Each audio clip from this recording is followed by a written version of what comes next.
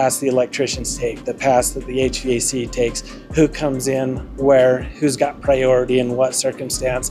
You get a sense of accomplishment, especially when you walk into a house that's all just studs and you install all the drywall, all of a sudden it turns it into a home. What do you think the hardest thing about your job is? When you like it, you know, there's nothing hard.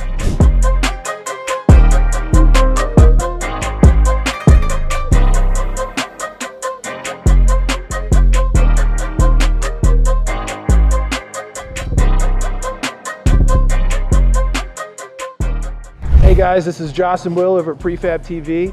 We're up in Deer Valley, Park City, Utah. This is a $75 million development project for 5 homes. So it's a pretty high-end luxury resort development up here. And Will, what are we gonna be looking at today? Today we're gonna be interviewing the guys at PCL, asking what it takes to be a GC working on a project up in the snow, what kind of challenges that brings to the table. We're gonna get a look at a few houses in development and then a few finished houses as well, and give you guys the inside scoop. Let's get it going. Yeah, I've been wanting this shit forever. I've been in the field with whatever they throw at me. Brush it off, pick myself up, moving on to the better. Okay. Hey. Yeah. Ain't no errors, baby, it's a new era. I wake up early feeling rich like I'm Josh Hudson. Will, how's it going? Hello, welcome. Welcome guys, welcome to Moonshadow. Thank you. Zach, come on over here. Our project. You're not getting out of anything. Thanks for helping us. Zach, it's Will. First off, we want to go look at this one under construction here. How long has this been in the works for, and how long until it's completed? We started this one a couple of years ago and ran into some issues with it coming out of the ground, required some re-engineering.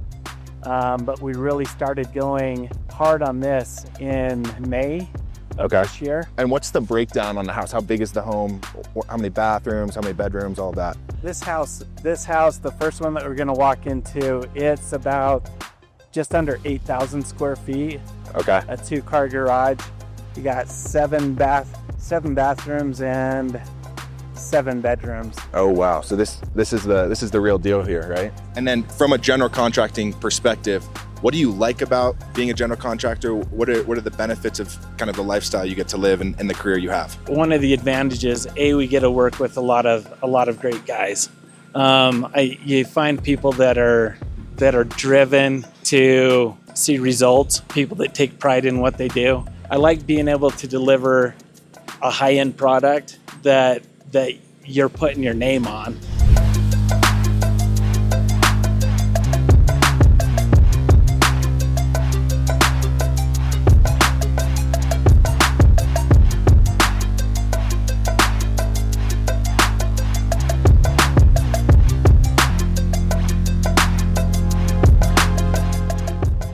What's happening here? This is the process where they'll bring the roof out, and it starts out as a coil, and it goes through a press, and they'll take it up and they'll load it on the roof.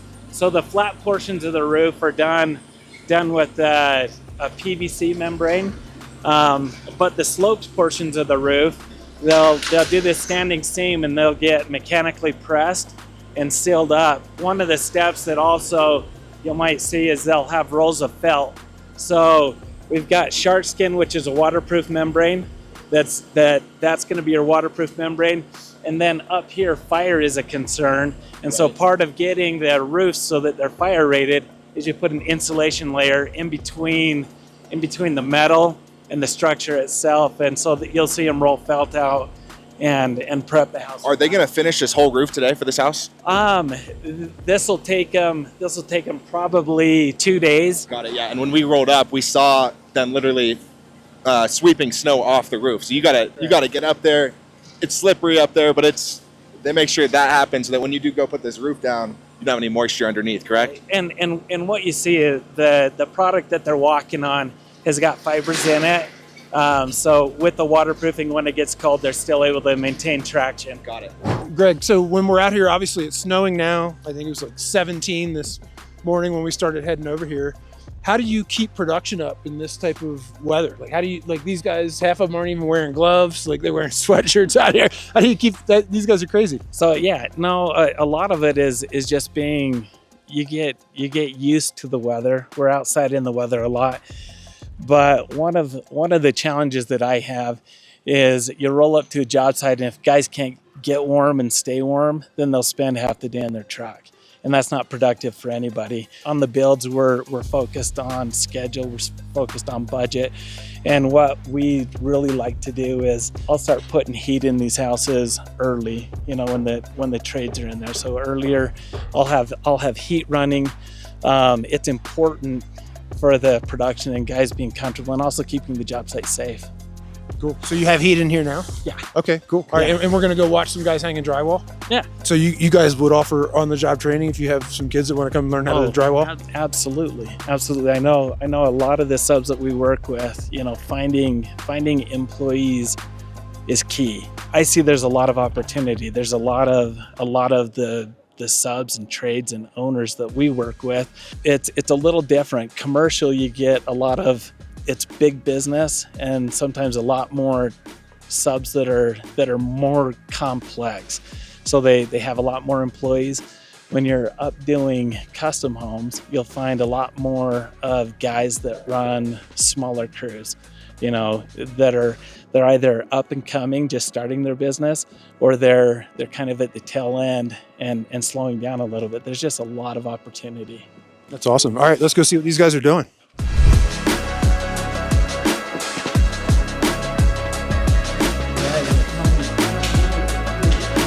Hey guys, oh, awesome. Nice.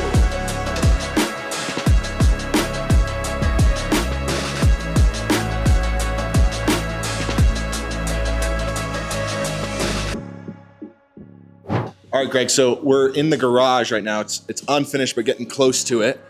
What exactly is going on here? What part of the process of kind of laying the drywall are we at here? So the drywall's been hung. Kevin had his crew show up, and this house is, like I said, just under 8,000 square feet. They hung all the drywall in 3.5 days, and now they began the process of mud and tape. So they're going through covering up all the nails, the screws, taping all the seams, and getting these walls to look flat. We do flat finish on all of our walls and ceilings. And you'll see some details where we're tying in some steel in the garage. We've got the entrance to the house over here, an elevator, locker rooms. Anyway, there's a lot of small details, and these guys catch it all.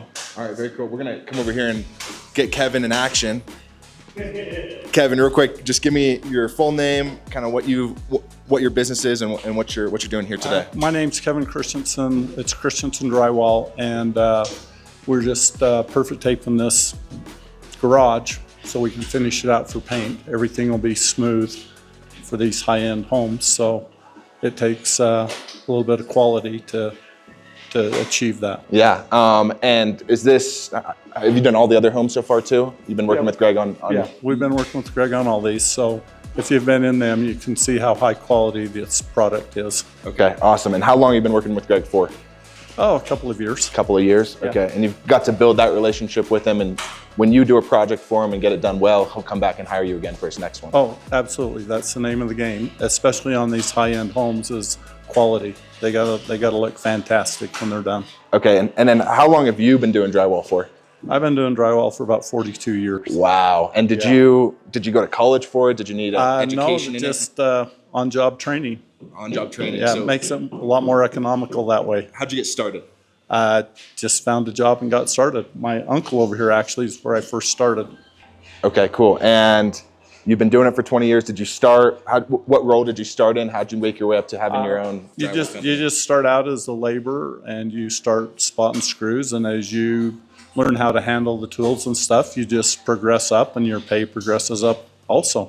Okay, cool. And within just the process and the art really of laying drywall, what do you like about it, about completing a task with your hands and getting it done that way? Oh, you get a sense of accomplishment, especially when you walk into a house that's all just studs and you install all the drywall, all of a sudden it turns it into a home. Yeah.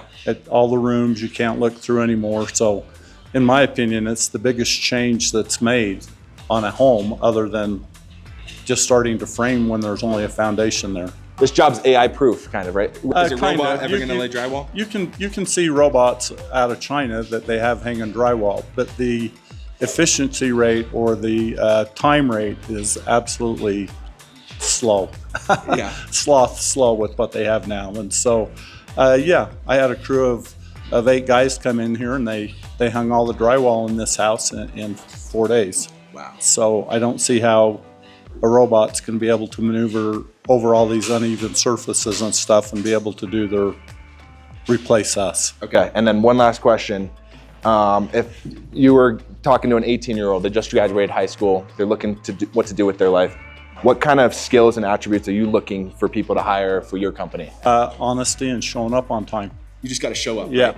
just show up and be honest, and they can get the training that they need and progress to wherever they want. Okay, so Greg, we've changed rooms now, new setting. What room are we in now, and what process is this room in? Say, right now we're in the great room of the house. So the great room, it'll consist of, it's got an open fireplace, and that's what we see behind us to the right.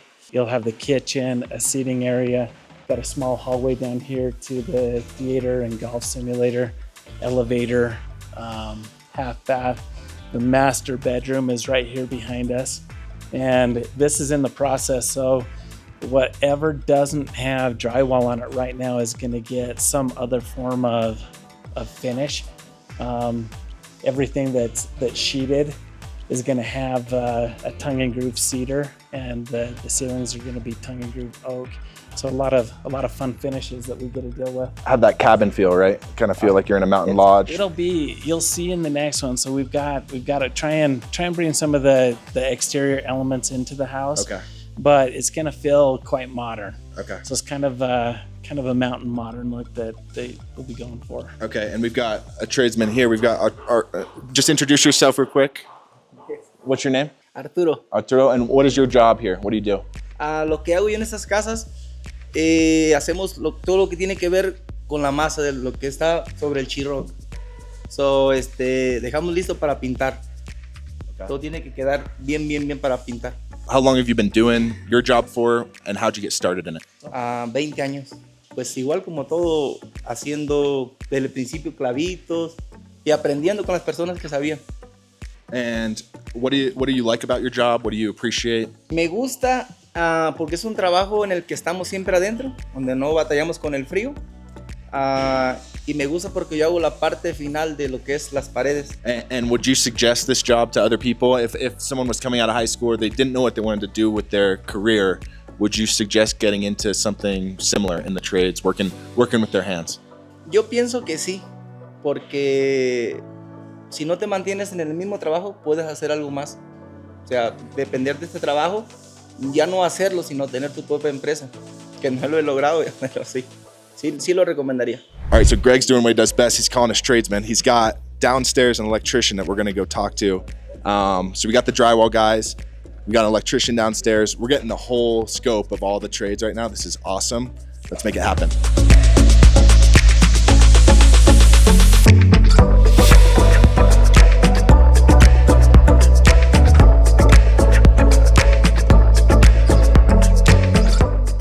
Think to be successful, you got to get a 4-year degree, put yourself in $80,000 worth of debt, and come out with no income or anything like that. So we want to just get your perspective on how you started with what you're doing and everything like that. I totally agree with you on that. I have a 19-year-old son that he graduated from high school. Yeah. And that was the first thing I told him. You're gonna do electrical, you're gonna get paid for your education, you get paid for learning, and then when you finish your schooling, your electrical schooling, you come out making anywhere from 35 to 42 an hour. Okay. At what, 22 years old? Yeah. So I definitely agree with you. Yeah. And then after that, if you don't want to continue doing electrical, with your electrical license and everything that you earn, you'll be able to pay for whatever college career you want to do. So real quick, just give me your full name and your company and anything else you'd like to tell me about what you do. Yeah, my name is Luis Rodriguez. I've been working with Bullet Electric for the last 15 years. And yeah, ever since I got out of high school, I've been doing electrical. So you got into the trades straight out of high school? Yes. And why did you pick the trades instead of going to college? I think it picked me, you know what I mean? When I was young and dumb, I didn't know what I was doing. I started doing electrical from the beginning, and I fell in love with it. You know, I love doing what I'm doing. What do you like about it? What's fulfilling about it? Me, I just love teaching the newcomers. You know, I have a crew of about 11, 16, anywhere from 11 to 16 guys at the time. And all of my crew are fresh out of high school, most of them. And I just love training them. I love teaching them. I love showing them the trade. Wow, and you're 15 years into it. If you don't mind me asking, how much money are you bringing in annually? Are you doing well? Does it make money, or are you broke? How does it work? I mean, if I wasn't making money, I wouldn't be doing it, right? I make anywhere from 100 to 140 a year. Wow, that's a lot more than me, and I got a 4-year degree, and I'm not making that much. So yeah. Luis got it down. What exactly are you working on within this house here? What are you doing today? Today I'm just wrapping it up for Greg. He's a great guy, by the way. Just wrapping it up for him, getting it done and ready for paint, dry, and finish. Okay, cool. And last question, what do you think the hardest thing about your job is? When you like it, you know, there's nothing hard. Okay, cool, awesome. Okay, and so you said this house is a few weeks back from the one we were just in. Correct. This house is running about 3 weeks behind the house that we just finished. So it's got a similar layout where we'll access the great room just here off of the garage. There's an elevator shaft right here behind us. The weight of that house sits 30 feet underground on helical piers, similar to what you'd see with a house on the beach, sitting on piers. Same thing on a mountain, but sitting on piers on the hillside. What do you like about building custom homes instead of model homes where they're all the same? What I like about it is you get to be involved in all of the steps. So there's more challenges, there's more pieces to the puzzle. I mean, still the name of the game is getting the house built and getting it done, but this is a way to kind of keep your focus and your interest. In here right now, here's some guys working down here. What are they working on? What trades are working in this house compared to the last one? So my son's down here. Oh, really? So your son's on the project. Yeah, that's a new detail. What we're doing is we're going through. We've gone through 4-way, and the next step is insulation. So you'll see they're going through. We've already checked all the walls, but part of what they're doing is they're going to be planing and shimming studs. Make sure that the walls are perfectly flat so that when Kevin comes in and hangs his drywall, any bows and studs, anything like that, we've gone ahead and addressed. They're also looking for any nail plates that might have fallen off so that when we screw in the drywall, we're not going to hit any wires, any tubes that we're ready to just move forward. It doesn't get easier to fix anything after today. So as soon as it's insulated, we're looking to solve any problem that may not have been catched and move forward with it. But earlier they were shoveling.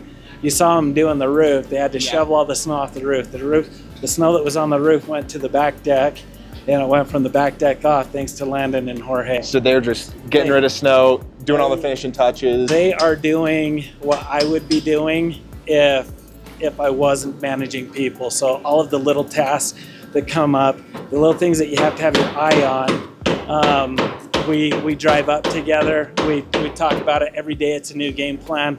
We've got a new level of attack to be able to keep everything going. His number one goal is to make sure the house is ready for the next trade. Jorge works for my landscaper. Jorge's with the landscaper most of the time, but during the snow season, he comes and works for me because usually there's a lot of snow moving. He's a Renaissance man. We keep him busy. He's got all the skills. How's it going? Good, how are you doing? I'm Will. Landon, nice to meet Are you Greg's son? Yeah? Greg's son, Awesome. yeah. I'm Will. Nice to meet you, Jorge. It feels much more open because you don't have any drywall, and it's also much colder in here. You can see our breath. Greg was just talking about how much he appreciates, how much we are going to appreciate insulation being in this house. We've got a lot more heat being pumped right now in this house than is being pumped in the other house. Is that a heater right there? That's a heater. So we've got these are diesel heaters, and they're about, I don't know, they're like 200,000 BTU each. So I'll typically have 3 of these heaters running in a house to keep the trades going. We've got them a little centralized. Landon's being a little bit, I guess, kind kind of taking over the heat, making sure it's where he's close to. I've got boiler guys downstairs that are buttoning some stuff up, but you'll see a lot of what's going on. You'll see things on the custom home. It's kind of fun. We did a house and felt like the lighting was a little dim above the cabinets because the ceiling height's so high, and you get wood on the ceiling. It doesn't carry. So in these houses, we get to make adjustments. So you can kind of make audible changes, like you can call an audible and change something from the first finished house. You kind of see what you did right, what you did wrong, or what you can improve, and you can go from there. Right, and you also are looking at, okay, I want this house to be a little bit different than the last one. This is the mechanical room. Okay. And so you see we've got a furnace, and it's laid out, and we'll see this one in a finished mechanical room. But there will be a big holding tank that will be ran by heaters. It'll have recirculation pumps, so you've constantly got hot water running through almost like an instant hot water. Whenever you turn it on, you've got access to hot water.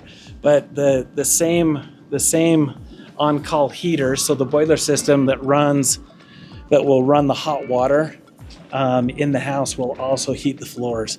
So this house will be heated all with hot water, and then it'll have forced air as a secondary heat, and then there's a separate boiler that'll be installed that will work all of the exterior, and that works on a glycol system. And none of that's normal in a typical house, right? That's all added amenities that people are paying a premium for, but it's well worth it out here in the cold, right? Right. So right now we're standing underneath the garage. This is space that either we can fill in and take it up to where we can pour a slab to park the cars on, or if we excavate it down another 3 feet, maybe we can capture another room. So in order to do this is a room that was captured outside of the original architectural drawings. So we captured this space, and then you get engineered precast slabs. So all of the concrete supported above us with precast concrete slabs, and then concrete poured on top of that with the radiant. That's where we were in the garage earlier. And what room will this become? So this is going to be, as it lays out, it's going to be a theater / golf simulator room. So you see the cove that we've created. That's going to be where the golf simulator, where you hit back into this wall. Yeah. Even once this home is built, you're going to need tradesmen to come service these type of things, right? Correct. Yeah. So there's a nonstop demand for people to not only make the house come up and off the ground and be complete, but once it's done, people still have to service these things, right? Right. I had my nephew ask me, he approached me and said he wants to do what I do. And he asked my suggestion of how to approach it. And my suggestion to him was get into plumbing. When you're in plumbing, you get all of the trades, when they're in at the same time, they get a good idea of the path the electricians take, the path that the HVAC takes, who comes in where, who's got priority in what circumstance. I mean, the number one name of the game behind structure is water movement, and a plumber is an excellent place to be. But I think a lot of times kids think of plumbing and they don't want to be jumping into a backed up toilet, or dealing with some situations that a lot of us would like to avoid. But you get to see when you're working on new construction. So there's avenues of installing the boilers, doing the pipe work. You've got intricate stuff where you can specialize in different avenues, whether it be undergrounds, roughing the houses out. There's a lot of options to kind of get well-rounded in it. And one thing's for sure, doors never close with experience. Yep. Once you know how to solve these things, it's a lifelong skill, even if you don't do it forever. Even if you're doing it for yourself in your own house, right? Exactly. Yeah. That's a good way to save a lot of money. Yeah, cool. All right, let's get over to a finished house here. See the final masterpiece. And so this is just, there's coils run through this, right? And it's electric run, right? These are the same, like those 3/4 inch and 1/2 inch tubes that we saw sticking out of the wall down there. Yeah. You've got those tubes, they circle about every 9 inches all through this driveway. And because it's outside rather than hot water, it's an antifreeze solution similar to what you have in your truck. So it's a glycol solution that gets ran outside so it doesn't freeze. And All right, so we got to see the bare bones, we got to see the drywall, and now we're actually gonna get to go inside one of these luxury $15 million houses. Right now we're standing on a heated driveway. That's something I've never seen before, actually. And then inside we're gonna get to see kind of how they finished it, what it looks like, and all the high-tech things that are going on. So come on in.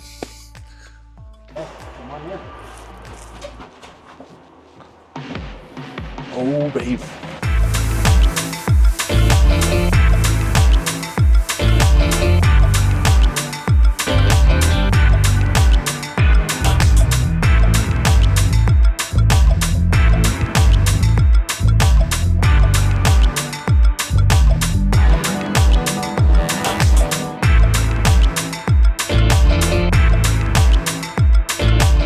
All right, so we're in one of the finished houses here. I've got the painting crew here. So give me a little bit. What's your name? What do you guys do? And what's your relationship actually? I'm Christopher. I own Christopher Painting. We're a custom finishing contractor. We do all custom finishes from wall coverings to Venetian plasters and custom stains, color mixing on site. We basically do every finish that can be finished, and we provide it.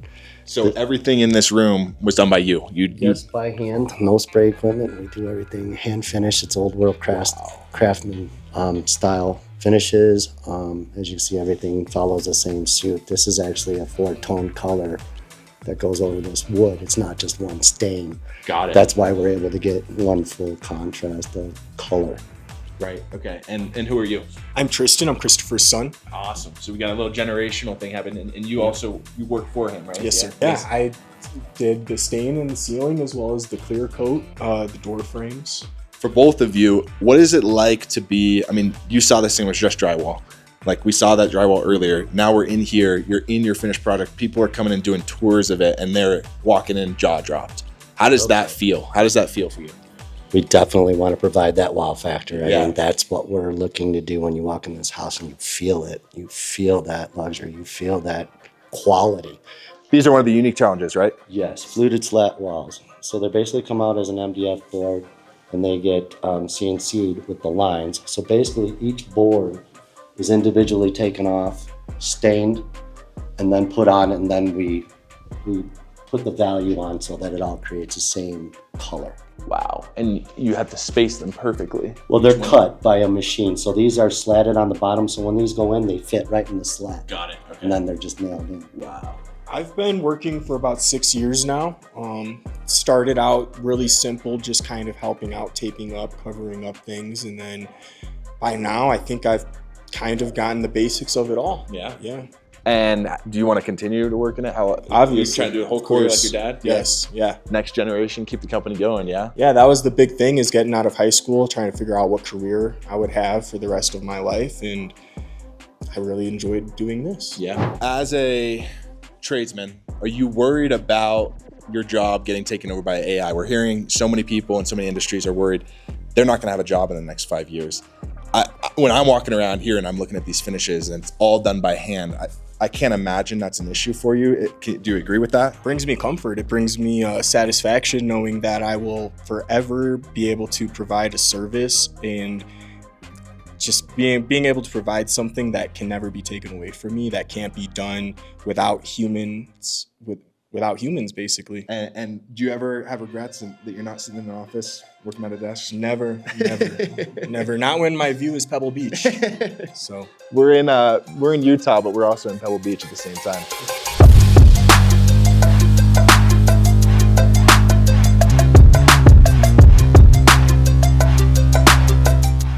So yeah, basically I wanted, as a prefab guy, right? Like, so this is the heartbeat of any building, your mechanical room, okay?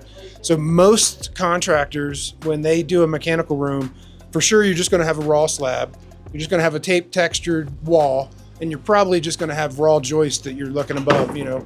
and that's it, right? And you're gonna have random wires running around, and you're probably gonna not have zone specifics. It's just gonna be wherever your pipe drops come in, right? So I'll have Greg explain why this looks like something off of a Navy battleship, and this is like military grade precision. So Greg, why don't you show Will like the difference, like what this thing is? This is your command center. Yeah. I just wanted to point out. So we've got a couple of different furnaces that are set up because it's a big house and it sprawls a little bit. The main purpose of the furnaces is to provide air conditioning because most of the house is heated and ran off of boiler systems through radiant heat that's coming through the floor. So you've got when we start with the trades and we lay things out, we start with what's going where. You've got your furnaces. This is the snow melt boiler over here. I've got all of our audio video. So all of the house controls, the lighting. I don't know if you notice in the ceiling, we got speakers in each room. You can hop onto an app and change the heat in individual rooms. You can play different music in different rooms based on the audio video, the Sonos systems. This boiler is actually running the snow melt. We talked about the boiler work. So, if you want to specialize in plumbing and go into boiler stuff, you've got very high-end efficient pumps that are pushing antifreeze through the concrete and the outdoor systems. This house has a whole house charcoal filter so that your water's going through filtration systems. You've got soft water. That's important if you want to have everything in this one room. You've got everything. Everything's here. And that's not typical, right? Most homes, you're not going to have a central control room, basically, where you're able to, and just how clean everything looks and how organized it all is. You've got sections for everything. It's like a work of art just being in here. Yeah. It shows the pride of the team. The guys show up, they take pride, and this is the end result. So you've got your electrical panels, you've got dedicated spots in the room for different trades. You've got up here with the snow loads, we've got heat tape. So our heat tape guys have got a control. Anyway, I think you walk into a mechanical room and you see something like this, it speaks volumes for the people that are showing up. And someone has to come service this place. They walk into here and they're like, this is awesome. They're stoked to be working on this house and not some crummy house built back in the day that you got to dig around to find things, right? In here, it's all in one place. That's awesome. So Greg, if I told you in the next 3 years there's going to be a job deficit of 2.4 million skilled trade workers, why do you think so many people are uninterested in such high demand roles? I think the best way for me to approach that is in my own career. Initially building wasn't in the cards for me. I had high grades. I think people look at it like construction might be something that isn't for people with high grades. I had high grades. I had college scholarships. I went to the university, and the number one thing as I look back over the last 20 years, the one thing I wish I would have done sooner was get into construction. I've managed different businesses. I've managed office settings, different situations. I find with construction, there's a lot of similarities. Whether managing people is managing people. The difference is when I get into construction, I'm able to kind of take the reins on myself. You don't have, oftentimes when I felt I worked for big corporations and companies, I felt like you were trying to take something to the next level or trying to do your best, you were either met with opposition, or when something needed to change, it was like trying to turn a freight train, or you're trying to steer a cargo ship. You weren't able to, for me, it wasn't satisfying. You were held back from doing your best. And what construction's done is it's given me the opportunity, I think, to choose my office setting. How many people pay a lot of money to be up here and enjoy this for vacation, and I get to work in it every day. Up here, I've got every week you've got a different scenario in a different setting. You're right in the middle of the leaves changing colors. You're in the middle of spring. You get all 4 seasons. And the other portion of it is you get to choose your team. Not everybody gets to do that. Well, if you're working for a big corporation, you can't help who's in the cubicle next to you. And when you're managing 60 people, I'd rather manage them along a road like Moonshadow and build something spectacular versus, manage a row of 60 cubicles. Right. For me, it's all about it's a choice. There's so many opportunities. I don't know anywhere where someone can go in with a couple of years of experience and have the ability to open up their own shop, do their own thing. Like Anywhere else, you're climbing the corporate ladder, right? You've got to do your time. It takes years and years. And even then, you don't have the tangible work that you get to see the results of. I mean, we're walking around today interviewing all these different tradesmen.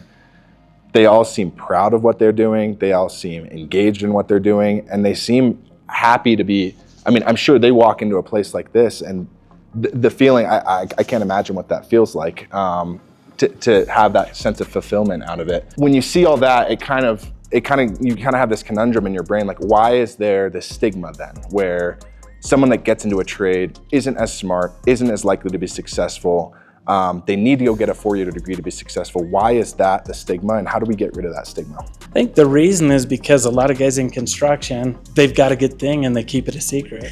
They keep it to themselves. To be honest with you, a lot of the guys I know, that are doing what I do and that are at this level, they're vacationing in the same spots that my buddies that are doctors vacation. Anyone who wants to get into it, just show up at a site, talk to someone. There's so many jobs available and there's a path. Yeah, awesome. Thank you so much, having Park City Luxury just give us a tour of everything they're doing up in Moonshadow today. This has been great. All right, everyone, that's a wrap out here at our shoot at Deer Valley. Thank you so much, PCL, for giving us a one-of-a-kind tour. Be sure to like, comment, and subscribe. See you on the next one. I'm out.